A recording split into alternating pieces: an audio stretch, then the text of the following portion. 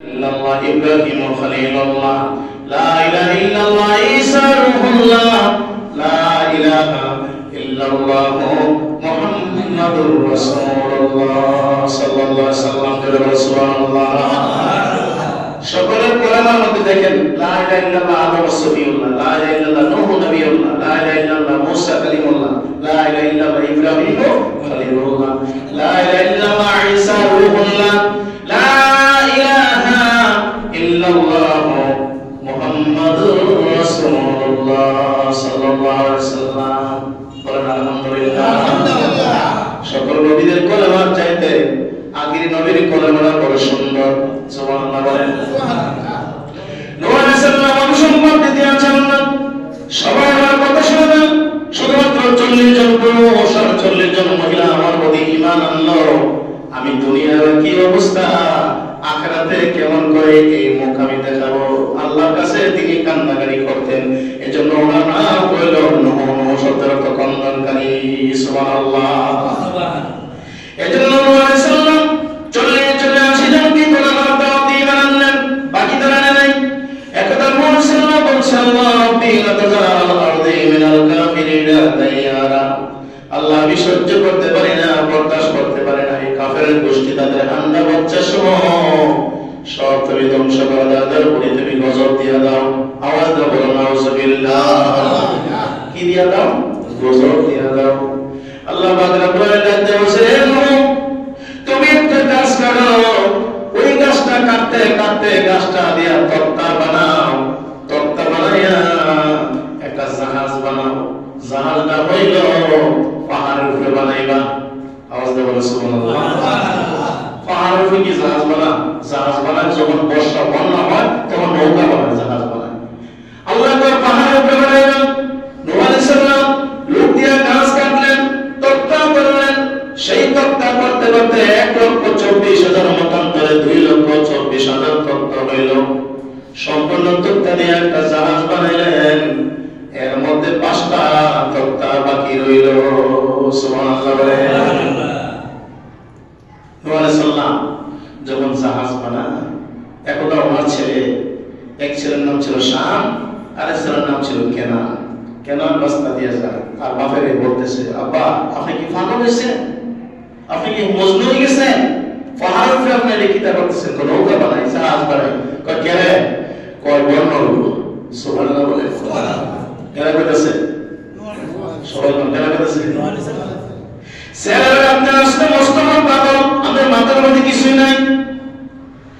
আল্লাহ রাব্বুল আলামিন বলেছেন তোমার কাজ হলো জাহাজ বানাও, জাহাজ বানাও। জাহাজ বানাইতে গিয়ে 5টা তক্তা সেও কি হলো শর্ট করলো। 1,24,000 2,24,000 মধ্যে মনে করেন 5টা তক্তা শর্ট, বাকি সব হয়ে গেল, জাহাজ নির্মাণ হয়ে গেল। 5টা তক্তা বাকি। নূহ আলাইহিস সালাম কান্দে, আল্লাহ কি করব, এখন তো কোনো কিছু পাই না। হঠাৎ করে একজন ব্যক্তি আসলো, আয়েশা বলতেছে নূহ পয়গম্বর আপনার জাহাজের অতিরিক্ত বা অবশিষ্ট তোমাদের বাকি 5টা তক্তার প্রয়োজন, এমন ধরনের তক্তা আপনার সঙ্গে ম্যাচিং করে আমি দিতে পারবো। সুবহানাল্লাহ। তাহলে তো ভালো। সেই 5টা তক্তা আনলো। তক্তার পরে তক্তাগুলি কোথায় লাগাবে? নূহ আলাইহিস সালামের নৌকার সম্মুখে যে তক্তাগুলি আছে এইগুলি বাকি আছে। আল্লাহ পাক ইলহামের মধ্যে জানাই দিল, ও নূহ পয়গম্বর সর্বত্রে ওই যে তক্তা লাগানো হবে ওইটা হবে আমার আখিরি নবীর নামে। সুবহানাল্লাহ। কোন নবীর নামে? আমরা নবীর দিয়ে আল্লাহ সৃষ্টি শুরু করেছেন আবার শেষ করেছেন। তাই নবীজি বলেছেন আমি প্রথম আমি শেষ। সুবহানাল্লাহ। আমি প্রথম আমি শেষ। আল্লাহ কে সালাম নবীর নামটা দিয়ে দিবা। এই জায়গায় নূহ আলাইহিস সালামের ঘটনা বর্ণনা করতে গিয়ে বাকি 4টা তক্তার কথা এসেছে। একটা তক্তার গায়ে নাম লেখা হবে হযরত আবু বকর সিদ্দিক রাদিয়াল্লাহু আনহু, আর একটা তক্তা হযরত ওমর রাদিয়াল্লাহু তাআলা আনহু, আর একটা তক্তা ওসমান গনি রাদিয়াল্লাহু তাআলা আনহু, আর একটার মধ্যে হযরত আলী রাদিয়াল্লাহু তাআলা। 4 জনকে মিলে রাদিয়াল্লাহু আনহু।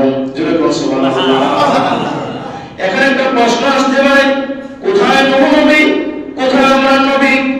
নূহ নবীর পরে 10 স্টেপ বাই স্টেপ পর্যায়ক্রমে হাজার হাজার বছর পরে আমাদের নবী হলো শেষ নবী। কিন্তু আদম আলাইহিস সালামের পরে নূহ নবী, নূহ নবীর আমলে হলো বিরাট বড় বন্যা, যেরকম সুবহানাল্লাহ, বিরাট বড় বন্যা, মানুষের জন্য শুরু হয়ে যায় কান্না।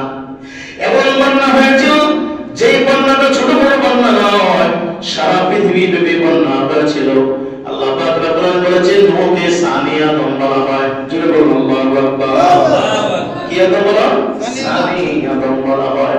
নূহ আলাইহিস সালামকে আল্লাহ পাক অনেক পরীক্ষা করেছে। বন্যা শুরু হয়ে যাওয়ার আগে আল্লাহ পাক বলেছেন নূহ তুমি তোমার কাজটা করে ফেলো, এবং জাহাজ নির্মাণ হইল, বাকি তো 5টা তক্তা লাগানো হইল। জাহাজের কাজ যখন শেষ হয়ে যায়, নূহ নবী আল্লাহর ডাক দিয়ে জিজ্ঞাসা করে আল্লাহ এখন আমি কি করব?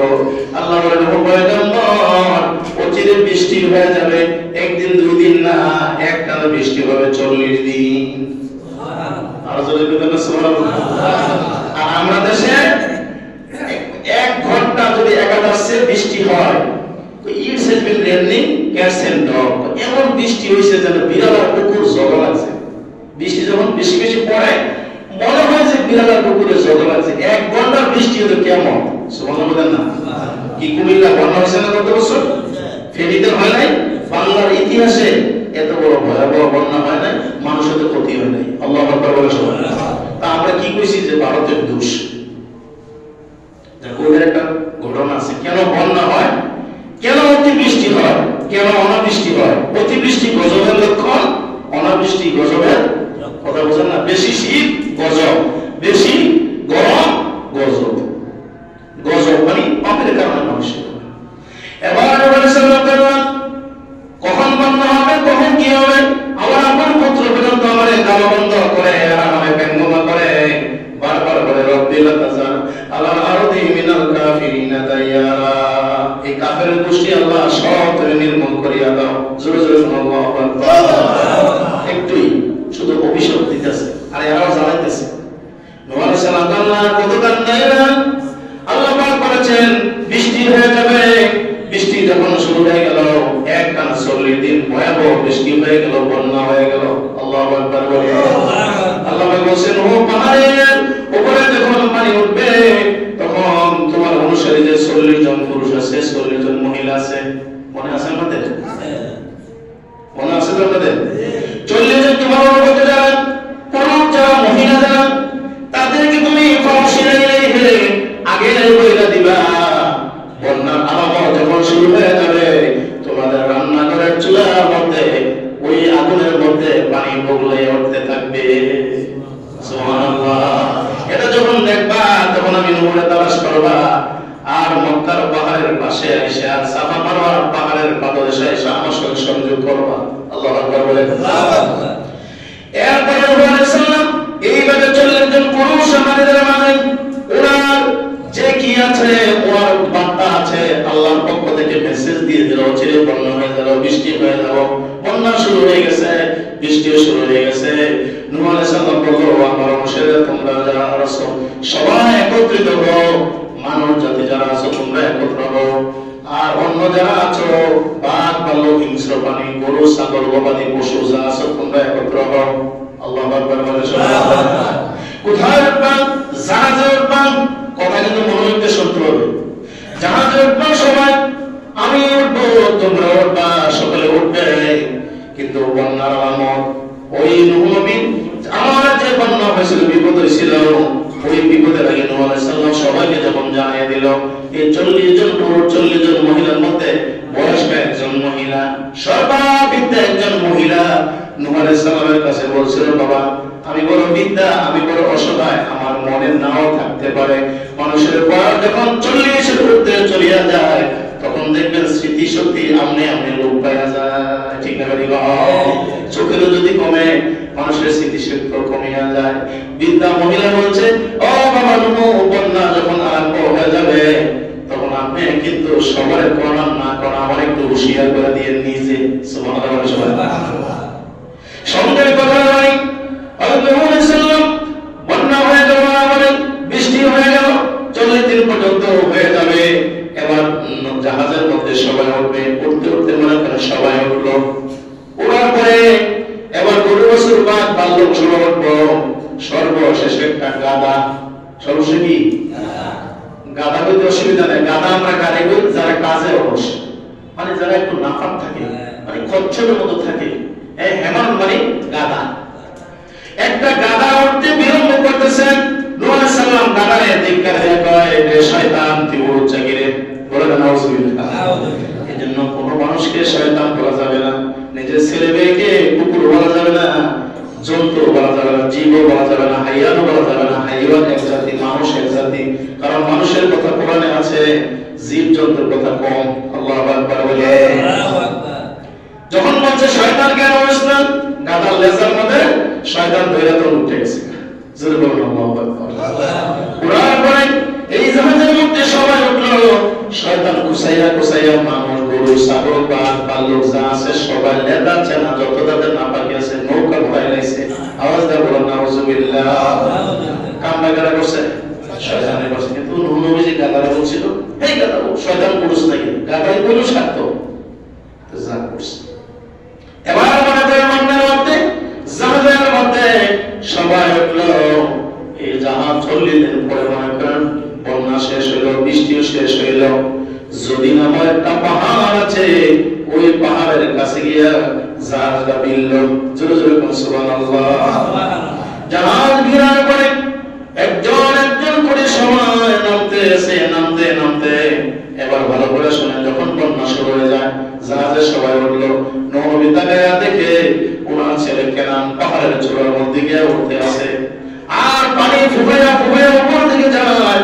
ছেলে দেখতেছে এবং ছেলে পানির মধ্যে পানি খেয়ে মরতে আছে। ডাক দিয়ে কয়, আল্লাহ আমার ছেলেরে বাঁচাও, আমার ছেলেরে বাঁচাও।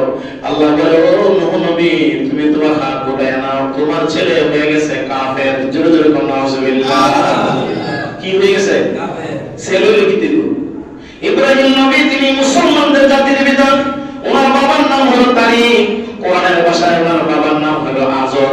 আজর নামে বড় একটা মূর্তি মাথায় লইয়া হাঁটতো। ইজকালালি আবিহি আজার। এজন্য আল্লাহ বলছে, ও ইব্রাহিম তোমার বাবা আজর নামে মূর্তি লইয়া হাঁটতো, বিধায় আমি আল্লাহ আজর নাম রাখছি। জোরে জোরে কোন আল্লাহু আকবার। নূহ নবী পয়গম্বর, ওনার ছেলে হলো কাফের। আল্লাহ ডাকতে বলে, আল্লাহ সন্তান মারা যায় তোমার কি মায়া লাগে না? আল্লাহ কয়, তুমি যে অভিসম্পাদ বদয়া দিয়েছো আমি আল্লাহ কবুল করে নিয়েছি, সে এইভাবে মৃত্যুবরণ করবে, তার জন্য তুমি হাত বিছাইতে পারবে না।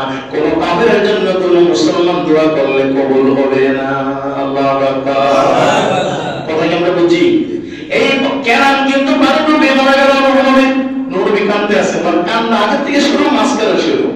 এবার জাহাজটা গিয়ে যদি পাহাড়ের কাছে মিলল, একে একে সবাই নামতে আছে। নামতে সবাই যখন নামলো, জীবজন্তুরও নামলো, পাখিরও নামলো, গরু বাছুর হাল যত আছে, বাঘ ভাল্লুক খাদা কচ্ছপ সবাই নামলো।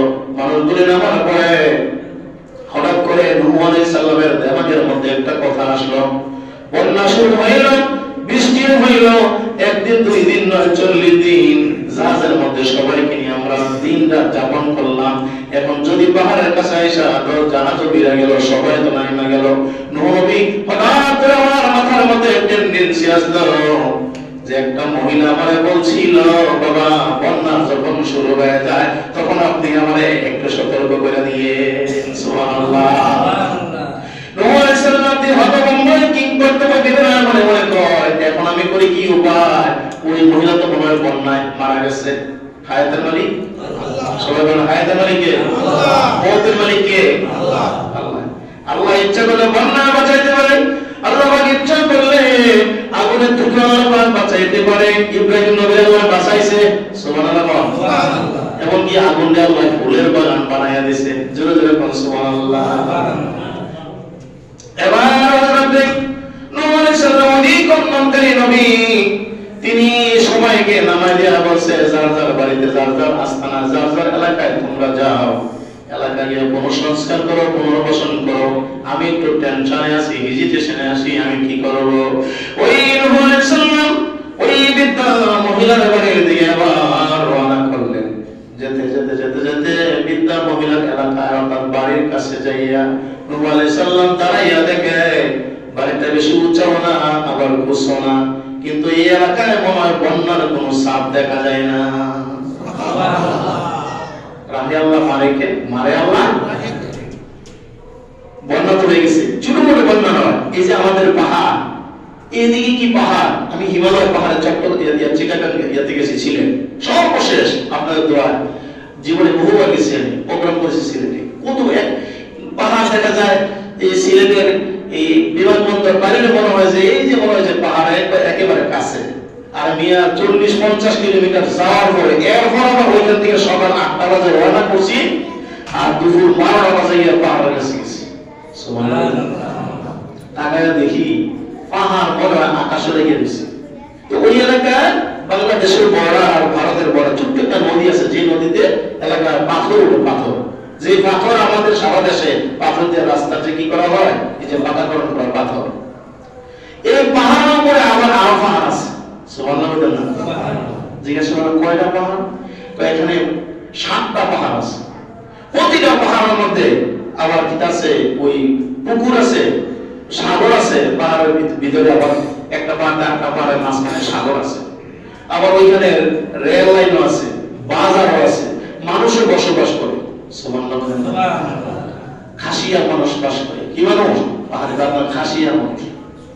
ওইদিকে যাচ্ছি না। অর্থাৎ নূহ আলাইহিস সালামের আমলে যে বন্যা হয়েছিল, এই বন্যার ফেনা থেকে পৃথিবীতে উঁচু উঁচু পাহাড়, চট্টগ্রাম আছে বড় বড় পাহাড় আছে, খাগড়াছড়ি, বান্দরবান বড় বিশাল যে পাহাড়গুলো, এই পাহাড়গুলো হলো নূহ নবীর আমলে যে বন্যা হয়েছে, বন্যায় ঠেলে নিয়ে এই ফেনা আর বালি যেখানে জমক করছে সেখানে পাহাড় হয়ে গেছে। জোরে বলুন সুবহানাল্লাহ। পাহাড়গুলো হলো কি? পৃথিবীর পেরেক। পাহাড় যদি না থাকতো পৃথিবী কবে দাবিয়ে যাবে। আল্লাহ পাহাড়ের মাধ্যমে পৃথিবীকে আল্লাহ পাক কি রাখছেন? সজীবিত রেখেছেন। আসলে রাহার মালিক তো আল্লাহ, কিন্তু পেরেক না রাখছে আল্লাহ। জোরে বলুন সুবহানাল্লাহ। এবার নূহ আলাইহিস সালাম ওই বৃদ্ধা মহিলার বাড়ির কাছে গিয়ে দেখলেন বাড়ির আশেপাশে কোনো বন্যার ছাপ দেখা যায় না। নূহ আলাইহিস সালাম কই, এটা কি ব্যাপার? বন্যা তো হয়ে গেল, আমি সহ এমনকি আমার অনুসারী 40 জন পুরুষ আর নারী যারা ছিল, একজন ব্যতীত সবাই তোমরা বেঁচে গেলাম। কিন্তু দেখা যায় যেই মহিলা এই বাড়িতে থাকার কথা, বাড়ির আশেপাশে বন্যার কোনো চিহ্ন দেখা যায় না। বন্যা হইলে, পানি হইলে যতটুকু হয় আস্তে আস্তে করে দাগটা দেখা যায়, যায় না? কথা বোঝা না যায় না? 5 মাস, 6 মাস, 2 মাস, 3 মাস, 1 মাস, 15 দিন, যতদিন বন্যা হয় পানির একটা ছাপ অবশ্যই থাকে। নূহ আলাইহিস সালাম তিনি মেডিটেশন করেন, চিন্তা চেতনা করে, গবেষণা করে বাড়ির আশেপাশে দাঁড়ায় দাঁড়ায় কয়, সম্ভবত হয়তো এই বাড়ির এলাকায় কোনো বন্যা হয় নাই। জোরে বলুন সুবহানাল্লাহ। হয়তো এলাকায় মনে হয় বন্যা আসে নাই। ডাক দিল, এই বাড়িতে কোনো বৃদ্ধা মহিলা, কোনো মা আছেন কিনা? বৃদ্ধা মহিলা নূহ আলাইহিস সালাম একটা শুধুমাত্র ডাক দিলেন। বৃদ্ধা মহিলা ঘর থেকে আওয়াজ দিয়ে বলে, বাবা নূহ, আপনি আইসেননি, বন্যা কি শুরু হয়েছে কিনা? জোরে বলুন সুবহানাল্লাহ। বন্যা কি শুরু হয়েছে না শেষ হয়ে গেছে? বলছে, বাবা নূহ, বন্যা কি শুরু হয়ে গেছে নাকি? আমি তো কোনো আমার ধ্যান খেয়াল অন্য দিকে নাই, আমি তো আপনার কথা অনুযায়ী এই যে আমি মুখস্থ করতে আছি, বন্যা কখন হবে, কখন নবী ডাক দিবে। নূহ আলাইহিস সালাম বৃদ্ধা মহিলাকে বলছে, ও মা, আপনি একটু বের হন ঘর থেকে, একটু আপনি আমার দেখার দরকার।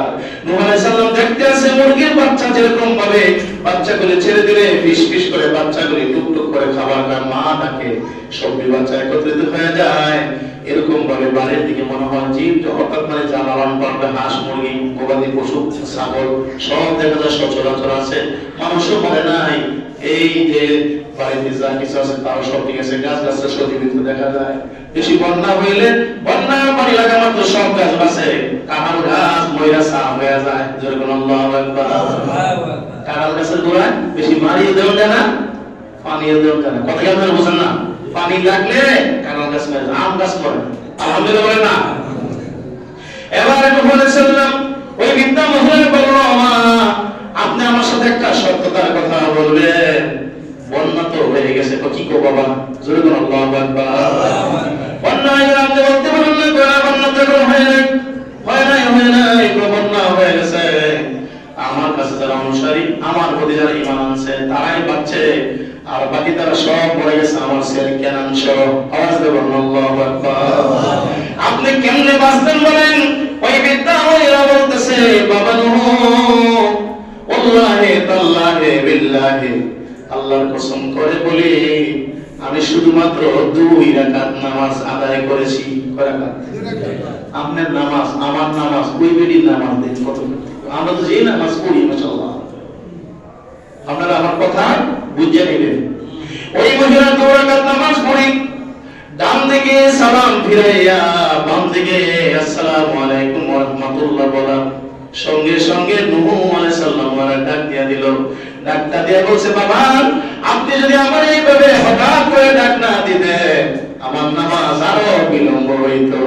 সুবহানাল্লাহ। নূহ আলাইহিস সালাম আল্লাহ ডাক দিয়া, আল্লাহ তুমি যারে ইচ্ছা তারে বন্যার মধ্যে বাঁচাইতে পারো, তুমি যারে ইচ্ছা তারে আল্লাহ ভালো জায়গায় মারতে পারো। বুঝতে পেরেছি এই মহিলা ইবাদতের মধ্য দিয়ে তুমি আল্লাহ পাক রব্বুল আলামিনকে রাজি করে ফেলেছে। নারে তাকবীর। ওই মহিলা বেঁচে গেলেন কেমনে? ইন্নামা আমরুহু ইযা আরাদা শাইআন আইয়াকুলা লাহু কুন ফায়াকুন। জোরে জোরে বলুন সুবহানাল্লাহ। সিদ্ধান্ত কার? আল্লাহ। সুবহানাল্লাহ। সিদ্ধান্ত কার? আল্লাহ। ভালো করে বুঝছেন? নূহ আলাইহিস সালামের আমরা বিদ্যা মহিলা কেমন করে বাঁচলো? আমার আল্লাহ বলেন, আমি যারে বাঁচাই তারে কেউ মারতে পারে না, আমি যারে মারি তারে কেউ রাখতে পারে না। আল্লাহ রাব্বুল আলামিন ওই বিদ্যা মহিলার জিম্মাদার স্বয়ং আল্লাহ হয়েছেন, নামাজি বান্দার জিম্মাদার হয়ে যাবে স্বয়ং আল্লাহ। সুবহানাল্লাহ। নামাজি বান্দার জিম্মাদার কারা? আল্লাহ। আনতা আবুদাল্লাহ কান্নাকা তারাহু। হাদিসে জিবরাইল আল্লাহ নবী বলেছেন, তোমরা ওইভাবে আল্লাহর ইবাদত করো যেন তোমরা আল্লাহকে স্বচক্ষে দেখো। এটা আমাদের চর্মচোখ। একমাত্র আমাদের নবী ছাড়া আল্লাহকে সরাসরি কোন নবী দেখে নাই। সুবহানাল্লাহ। আমাদের নবী ছাড়া কোন নবী আল্লাহকে দেখা কিসমতে এখনো জোটে নাই, হাসরের ময়দান ছাড়া। আয়েশা সিদ্দিকা রাদিয়াল্লাহু তাআলা আনহা তিনি বলেন, আমার নবীজি বলেছেন, রাআইতু রাব্বি আযজা ওয়া জাল্লা, আমি আমার আল্লাহকে স্বয়ং আমি দেখেছি। আল্লাহ পাক যেভাবে আছে এইভাবে। জোরে বলুন সুবহানাল্লাহ। যেভাবে পূর্ণিমা রাত্রিতে চন্দ্রকে স্পষ্ট দেখা যায়, আমি আমার আল্লাহকে এইভাবে দেখছি, এছাড়া কেউ দেখে নাই। কিন্তু আমার নবীজি বলেছেন, এই হাদিসে জিবরাইলে বলা আছে, আনতা আবুদাল্লাহ, তোমরা আল্লাহর ইবাদত করো কান্নাকা তারাহু, যেন তুমি আল্লাহকে চোখ দিয়ে দেখো। আমরা যে নামাজ পড়ি, আপনি বলেন যেখানে বলেন, আমাদের দুই চোখ থাকবে কোথায়? সেজদা থাকে। এটা কও সেজদা থাকে আমাদের মন থাকে। ভাই কোন সময় যাবো? দোকানে গিয়ে বিড়ি সিগারেট টানে, অযথা সময় নষ্ট করেন। আরে ভাই 2 রাকাত নামাজ পড়তে কতক্ষণ সময় লাগে? 4 রাকাত নামাজ পড়তে কতক্ষণ সময় লাগে? এই মসজিদের ভিতরে এখন তো আমাদের নামাজের সময় সামনে আছে।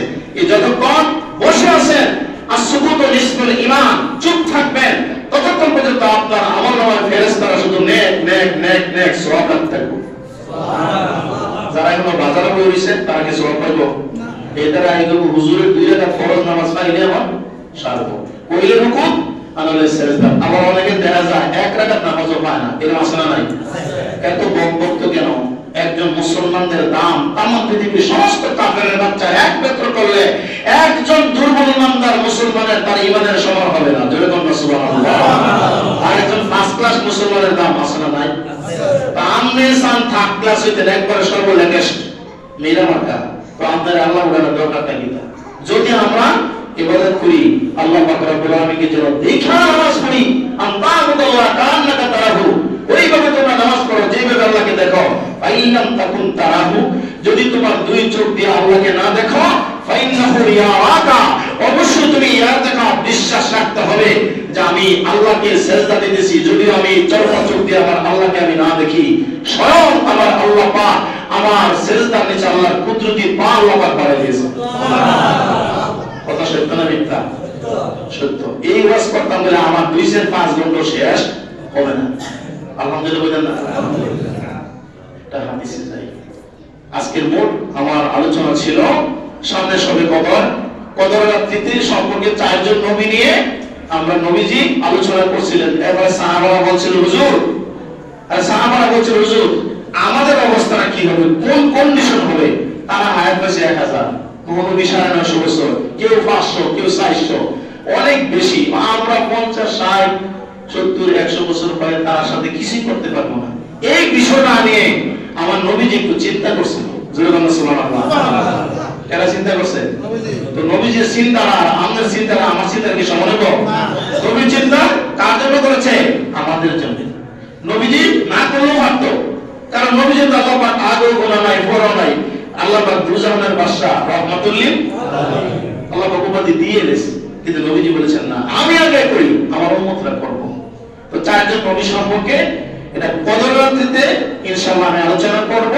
আজকে শুধুমাত্র ধারণা দিলাম যে ইবাদত বেশি করলে কি সওয়াব হয় আর কম করলে কি হয়। আমাদের নামাজ তারতিব এবং আমাদের খুশুর সাথে আদবের সাথে ধৈর্যের সাথে ব্যবসা করেন, যত বেশি মনে রাখবেন আপনার ব্যবসা লাভসান, তত বেশি আপনি আল্লাহ কুদরতি ভাবে সেজদা দেন, আপনার ব্যবসা অমাননীয় লাভ হবে। জোরে বলুন সুবহানাল্লাহ। হযরত আনাস রাদিয়াল্লাহু আনহু একবার নবীজি বলেছেন, হুজুর আমি গরীব না, আমার অভাব চাই না। নবীজি বলেন, তুমি কি চাও? হুজুর আপনি যেটা কোন ইডই। নবীজি দোয়া করছেন, তার সব সম্পদ গরু বাছুর হাঁস বকরি ভেড়া সব হইছে। হুজুর আমার ছেলে মেয়ে কিছু দরকার। নবীজি এমন দোয়া করছে তখন না 120 জন ছেলে মেয়ে হইছে। সুবহানাল্লাহ। কয়জন? সবাই বলেন কয়জন? আমরা কি 120 জন হই কি আমরা পাতাম না? পরে এমন দেখা গেছে যে ওনার কোন ছেলে কোন মেয়ের কি নাম সত্যি ওনার মনে থাকে না, মনে রাখার কোথাও তো না। মনে রাখার কথা আদম আলাইহিস সালামের কত 360 আর একজন হলো হযরত ঈসা আলাইহিস সালাম, 361 জন সন্তান ছিল আদম আলাইহিস সালাম। জয় বলুন সুবহানাল্লাহ। আমাদের ছেলে মেয়ে কয়জন? একজন দুইজন তিনজন, আবার কেউ নাই 5-7 জন, এর বেশি নাই। আমার এমন আবার একটা ছেলে একটা মেয়ে হলে যথেষ্ট। আবার অনেক একটা ছেলে হইছে আর মেয়ের দরকার নাই, মেয়ে হইছে ছেলের দরকার নেই। হ্যাঁ নিজই না করে আমার দরকার নাই, আল্লাহকে তোর দরকার কি? তুই দেখো তোর দরকার নাই, আমি তোর দিলাম না। নাউজুবিল্লাহ। একটা কথা মনে হয়েছে বলি, রিজিকের মালিক আল্লাহ। আপনার ছেলে মেয়ে যত বেশি হবে আপনার সম্পদ তত বেশি বেশি হবে। কারণ 7টা ছেলে যদি হবে তার 7টা বাড়ি হবে। আবার 7টা ছেলে আল্লাহ কমরা বাড়বে। আর আপনি যদি কমান যতটা আওলাদ হওয়ার কথা, প্রত্যেকটা আওলাদ হাসর দিন আপনাকে জাহান্নামে নিয়ে যাবে। জোরে বলুন নাউজুবিল্লাহ। যে আমার মা বাবা আমাকে চায় না, কিন্তু আমি আসার প্রস্তুতি ছিলাম। কোন ওই কি জানি করে কি বড়ি এই বড়ি ইনজেকশন এই যত কিছু করে আপনি প্রজন্ম সন্তান আওলাদ নষ্ট করবেন, হাসরের ময়দানে আপনি জাহান্নামে তাড়াতাড়ি যাবেন। আর যত বেশি সন্তান কামনা করবেন তবে রব্বি হাবলি মিনাস সালিহিন। আমরা যদি সন্তান চাই আল্লাহর কাছে সন্তান কামনার জন্য নেক সন্তান চাইবেন। জোরে বলুন সুবহানাল্লাহ। কি সন্তান? প্রত্যেকের ছেলে মেয়ের জন্য মাতা পিতা দোয়াটা কবুল। মাতা পিতার দোয়া সবচেয়ে কবুল। আমাদের চেয়ে আপনাদের দোয়া, মাতা পিতার দোয়া কবুল। এজন্য মাতা পিতার সন্তানরা দোয়া করবে। রোজা কখন ফরজ হয়েছিল? ফাইল কিলা কাইফা সারা রমাদান 30 ইয়াওমান আল জাওয়াবি আন্নার ইয়াউতু সার নবী আলাইহিস সালাম আন যালিকা ফাকাল লিয়ান আদম লাম্মা আকালা মিন আশ-শাজারাতি বাকিয়া তাম ফি বাতনি 30 ইয়াওমান ফাতারাদাল্লাহুল জুই আলা যুরিয়াতি 30 ইয়াওমান। ভালো করে বুঝেন। আজকে লম্বা আমি অনেকটি দলিল দিচ্ছি, সত্য অসম্ভব নয়, লম্বা কয়েকটা কথা বলতেছি, সবাই একটু শুনেন। কেউ যদি প্রশ্ন করে রমজানে 30 রোজা ফরজ হয়েছে কিভাবে, উত্তরে বলা হবে ইহুদিরা নবী সাল্লাল্লাহু আলাইহি থেকে এই ব্যাপারে জিজ্ঞেস করেছে। রাসূল সাল্লাল্লাহু আলাইহি বলেন, হযরত আদম আলাইহিস সালাম যখন বেহেশতে ওই গোটা খেয়ে ফেললেন যেটা নিষেধ করা হয়েছিল, তার পেটে এই খাওয়া 30 দিন যাবত বাকি ছিল। সেজন্য আল্লাহ তাআলা তার সন্তানদেরকে 30 দিন উপবাস থাকা ফরজ করে দিয়েছেন। জোরে বলুন সুবহানাল্লাহ। এটা আপনার জন্য আমার জন্য নতুন কথা। রোজা ফরজ হয়েছে এটা শুনছি, কবে হয়েছে, করতে হয়েছে, কে হয়েছে এটা কিন্তু আমরা জানি না। কয়েকটা নামাজ পড়েন ফরজ? 5 ওয়াক্ত। তো ফাইলেন কোথায়? 5 ওয়াক্ত নামাজ কেন ফজরের সময় হলো ফজর? অবশ্যই একটা ওয়াকিয়া বা ঘটনা আছে, যুহর আছে, আসর আছে, মাগরিব আছে, ইশা আছে। আবার তাহাজ্জুদ নামাজ নবীজির আমলে ছিল ফরজ, আমাদের জন্য মুস্তাহাব। যেরকম সুবহানাল্লাহ অথবা সুন্নাত। কিন্তু অবশ্যই তাহাজ্জুদের কথা কোরআনে কারীমের মধ্যে আছে, আছে না নাই? এবার আসেন সাহারীর বরকত সংক্ষেপে কুদরত বলা যায়। عن ابن عباس رضي الله عنه عن النبي صلى الله عليه وسلم قال استعينوا بطعام السحر على صيام النهار وبالقورة على قيام الليل। আমরা অনেকে বলি সিহরি, শব্দটা সিহির না, সিহির হলো জাদু, আর সাহার শব্দটা হলো ভোর রাতের খাবার। জোরে বলুন সুবহানাল্লাহ। সিহির বুঝছেন? সিহির হলো জাদু, সিহির না, শব্দটা হলো সাহার। শব্দটা কি? সাহারি। আচ্ছা এবার দেখেন ইবনে আব্বাস রাদিয়াল্লাহু আনহু থেকে বর্ণিত, নবী করিম সাল্লাল্লাহু আলাইহি সাল্লাম বলেন, তোমরা সাহরি খাওয়ার মাধ্যমে দিনে সিয়াম রাখো, দিনে বিশ্রামের মাধ্যমে রাতে নামাজ পড়ার জন্য তোমরা সাহায্য করো। জোরে বলো সুবহানাল্লাহ।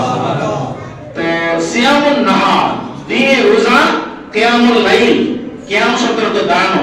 তারাবির নামাজ কি দাঁড়ায় পড়ি না বসে পড়ি? দেখেন আবার এখানে অনেক ডাইনামিক অনেক হাদিস আছে, ব্যাখ্যা আছে। তারাবির নামাজ যারা পড়ে প্রত্যেক সাজদার বিনিময়ে ১৫০০ সওয়াব। আরেকটা হাদিস শরীফ আছে, রোজাদার ব্যক্তির এই তারাবির নামাজের যে এত ফজিলত, তার প্রত্যেক সাজদার বিনিময়ে রোজাদারের জন্য জান্নাতের মধ্যে একটা খেজুর গাছ আল্লাহ পাক নির্মাণ করা আছে। এই গাছটার ছায়াটা একটা ঘোড়া যদি, কেউ বলছে ৭০ বছর, কেউ বলছে ৭০,০০০ বছর, বিভিন্ন বর্ণনা আছে, যে একটা ঘোড়া যদি এই জান্নাতের মধ্যে যে গাছটা, খেজুর গাছটা বানানো হয়েছে আমাদের আল্লাহ রোজাদার বান্দার জন্য, এই গাছটার ছায়াটা একটা ঘোড়া যদি ৭০ বছর কিংবা ৭০,০০০ বছর যদি ঘুরে প্রদক্ষিণ করে, আর এটা ঘুরতে ঘুরতে দৌড়াতে দৌড়াতে তার জীবন শেষ হয়ে যাব, ছায়াটা কতটুকু বলতে পারবে? আর আনাস রাদিয়াল্লাহু তাআলা قال রাসূলুল্লাহ সাল্লাল্লাহু আলাইহি ওয়াসাল্লাম তাহাসসানু তাসাহহারু ফাইন্না ফিস সুহুরি বারাকাতান। তিনি বলেন, রাসূল সাল্লাল্লাহু আলাইহি ওয়াসাল্লাম বলেছেন, তোমরা সাহারি খাও, কেননা সাহারিতে বরকত আছে। কি আছে? আর ইরবাদ ইবনে সারিয়া রাদিয়াল্লাহু আনহু قال إن رسول الله صلى الله عليه وسلم دعاني في رمضان للسحور فقال هلما إلى الغداء المبارك। হযরতে ইরবাস বিন সারিয়া বলেন, একদিন রমজানে আল্লাহ রাসূল সাল্লাল্লাহু আলাইহি ওয়াসাল্লাম আমাকে সাহারি খেতে ডাকলেন, বললেন বরকতময় খাবার দিকে এসো। তো আমরা অনেকে ইচ্ছা করে সেহরি খাই না, এরকম আছে না নাই? আছে। আর একটা হাদিস আমাকে বলতে হবে,